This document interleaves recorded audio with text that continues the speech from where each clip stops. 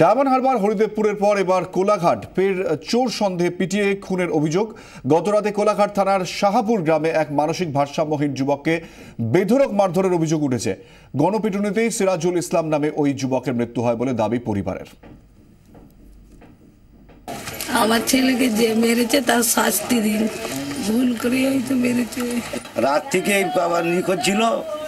এবার সকালবেলা আমরা খবর পেয়ে আমরা যে দেখলাম যে মৃতদেহটা ওখানে পড়ে আছে গেঞ্জি কারখানার কাছে। মেরে ফেলে দিয়েছে, আমাদের জাজমেন্ট যে মেরে ফেলে দিয়েছে।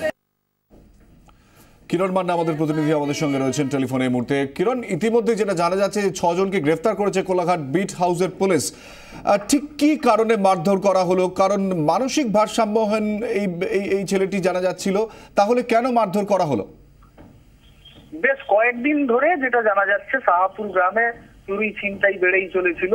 পুলিশকে নজরেও দেওয়া হয়েছিল, পুলিশ রাতে টহল ছিল, কিন্তু এই মানসিক ভারসাম্যহীন এই ছেলেটি গতকাল রাতে কোনো কারণে বাড়ি থেকে বেরিয়ে গ্রামে একা একা ঘুরছিল।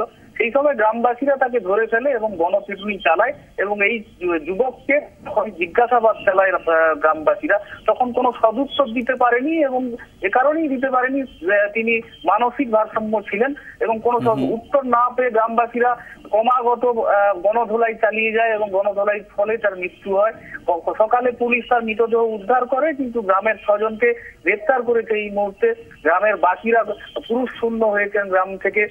যেটা প্রশ্ন উঠে আসছে, এই একই গ্রামে এই যুবক যেহেতু মানসিক ভারসাম্যহীন, তিনি সকলেই জানতেন, তা সত্ত্বেও তার বাড়ির লোককে কেন জানানো হলো না, পুলিশকে কেন জানানো হয়নি, এ নিয়ে একটা বড় প্রশ্ন উঠেছে। চেনা জানা ছেলেকে এমন গণধোলাই কেন, এটাও বড় প্রশ্নের মুখে রয়েছে গোটা গ্রাম। কিরণ, ধন্যবাদ। কিরণ মান্না আমাদের সঙ্গে ছিলেন। একই ছবি কোলাঘাটের পাশাপাশি হরিদেবপুর এবং ডায়মন্ড হারবারেরও।